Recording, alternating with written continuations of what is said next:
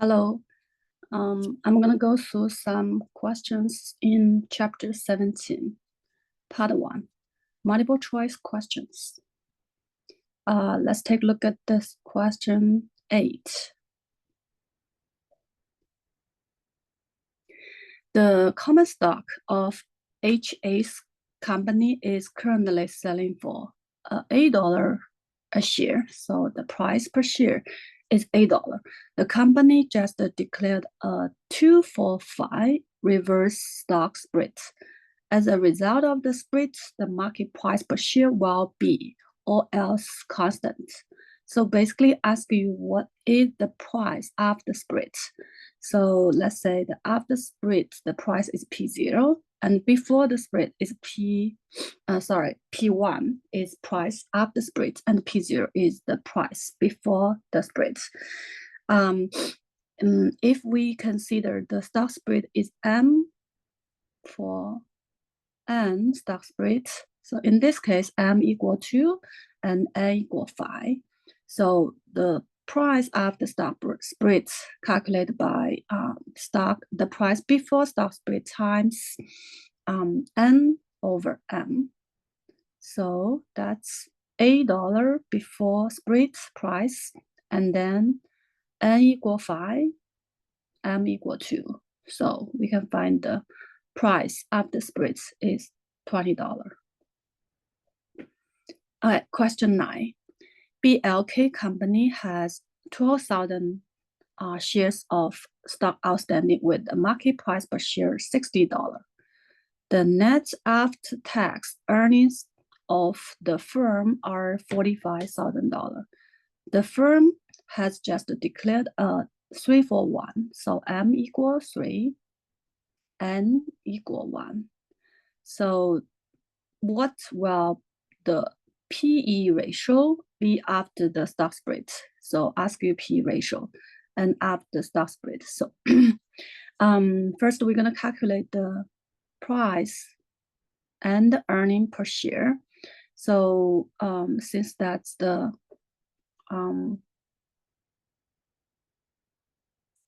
P1 should be P1 because after stock split.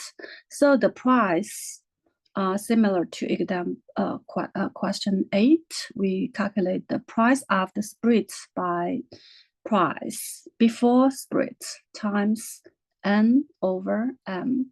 So market price per share $60, N is 1 and M is 3, so 20. That's price per share. And then let's see, we know the earning, but we need to find the EPS, which is earning per share. So the number of shares we need to find based on the share outstanding, we know is 12,000 share outstanding. And because after split times M and M over N, so it's 12,000 times 3 over 1. So it's $36,000. That's the number of shares after split. And then EPS, earnings per share, calculated by the earnings is 45,000 and divided by the number of shares after split, 36,000. So EPS is 1.25. So we know the EPS, which is the earnings per share, and we know the price after split per share is 20. So 20 over 1.25. So we can figure out the P ratio is 16. So the answer is C.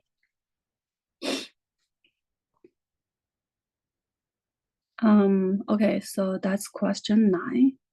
Let me clear my drawing and then go to next page.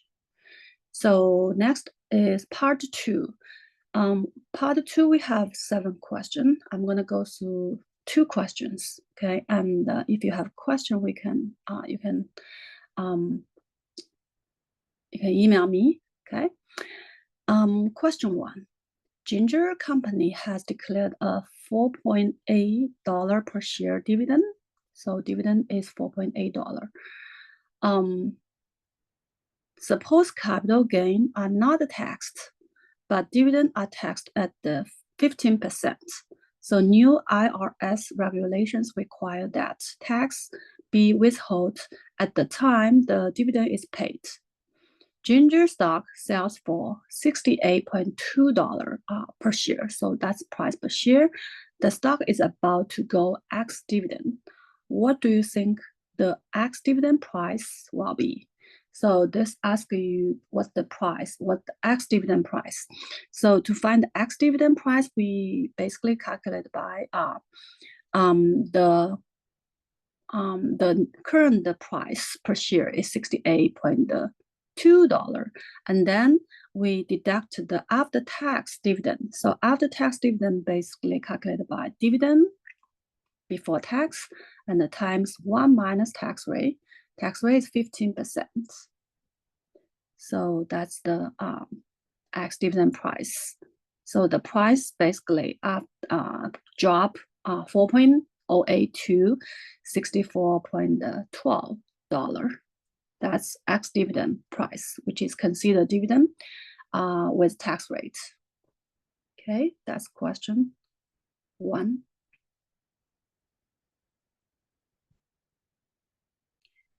Question 2. The owner's equity account for Freya International are shown here. So in this question, we have a table to show common stock with $0.5 per par value, and the common stock is $40,000.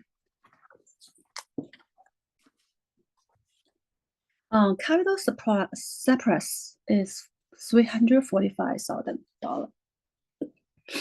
Excuse me. Retained earnings are $748,900. The total owners our equity is $1,133,900. So question A, if Freya stock currently sell for $30 per share, so that's price per share, and the 10% stock dividend is declared, how many new shares will be distributed, and show how the equity account would change with the stock dividend. And B, if Freya declared a 25% stock dividend, how would the account change? Okay, so basically, let's take a look at the question A. Because the par value is 0.5 for stock, common stock, and the counter value for common stock is $40,000. So number of shares. So we can calculate the number of shares of the firm by common stock value, common stock, divided by par value.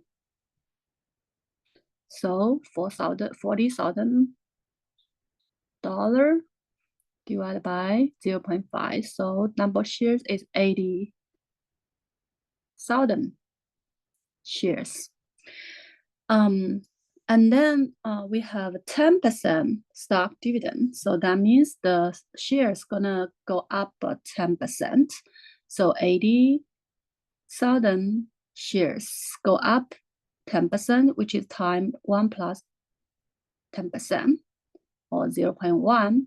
So the after stock dividend, the share become 88,000 shares.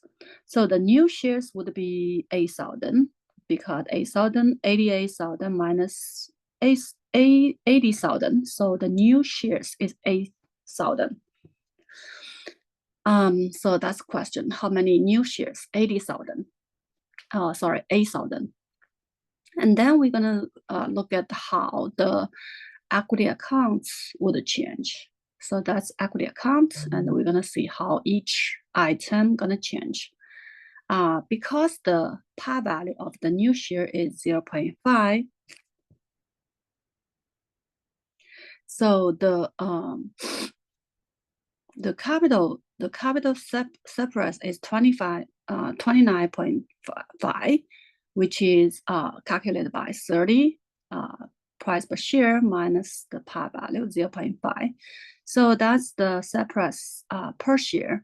And the total capital shares for the new share would be 88,000. That's new shares and times the price, the per share capital surplus.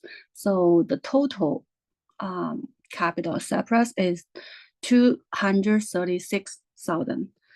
And then this is new, right? So we're gonna add current, which is 345. That become new capital surplus. So 345,000 plus 236,000, that's 581,000. Okay, that's the new in the new accounts, in new equity accounts, the capital surplus become 581,000. And then common stock. Common stock, the before stock dividend is 40,000. And also we have new shares 8,000. And times par value 0.5. So the common stock of the stock dividend become 44,000. So 44,000 is new value for the common stock. So in the equity account, because the total owner's equity will not change. So based on common stock and the capital surplus, we can figure out what's retained earning, right? So retained earning basically calculated by the total. Owner's equity is 1,133,900. That's the total owner's equity, and then minus common stock in the new accounts, and minus capital surplus, which is after stock dividend is 581,000. So the remaining, which is retained earning, become $508,900. So in that case, we figured out the new accounts, which is the equity accounts, would change with the 10% stock dividend.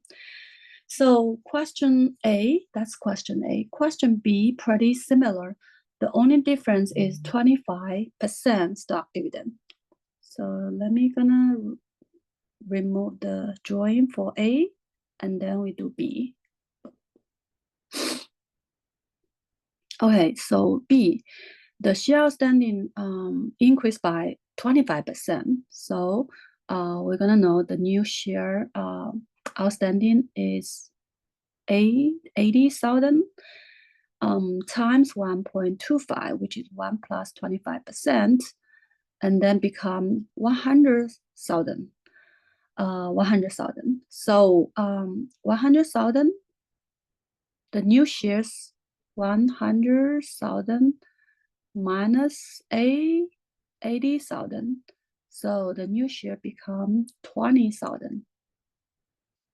Okay, in question B. So similar, we calculate the capital surplus on the new shares.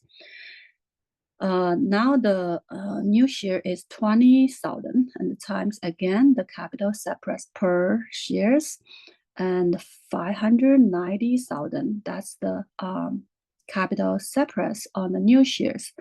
Then the capital surplus, which is with the stocks dividend, become the before stock dividend is 345,000, and then add 590,000. So the capital surplus of the stock dividend 25% become 935,000. Okay, that's the new capital surplus. And the common stock similar. Common stock, the new common stock calculated by the old one is 40,000. Add the number of shares is new shares is 20,000. And the times 0.5. So that's 50,000 value, dollar. So that's the common stock. And then the retained earning, again, to calculate retained earning, we do the total owner's equity, which is the keep not the change, keep the same. So 1,133,900, and then minus new common stock, which is $50,000, and then minus new capital surplus 935,000. So the new retained earning is 148,900. So we get the accounts, the new accounts. So basically, question A and B pretty similar, but you need to understand the total equity will not change. So common stock and the capital surplus change. Based on that change, we can figure out the retained earning in the after stock dividend. Okay, that's all I'm gonna go through for chapter 17. If you have any question, please email me.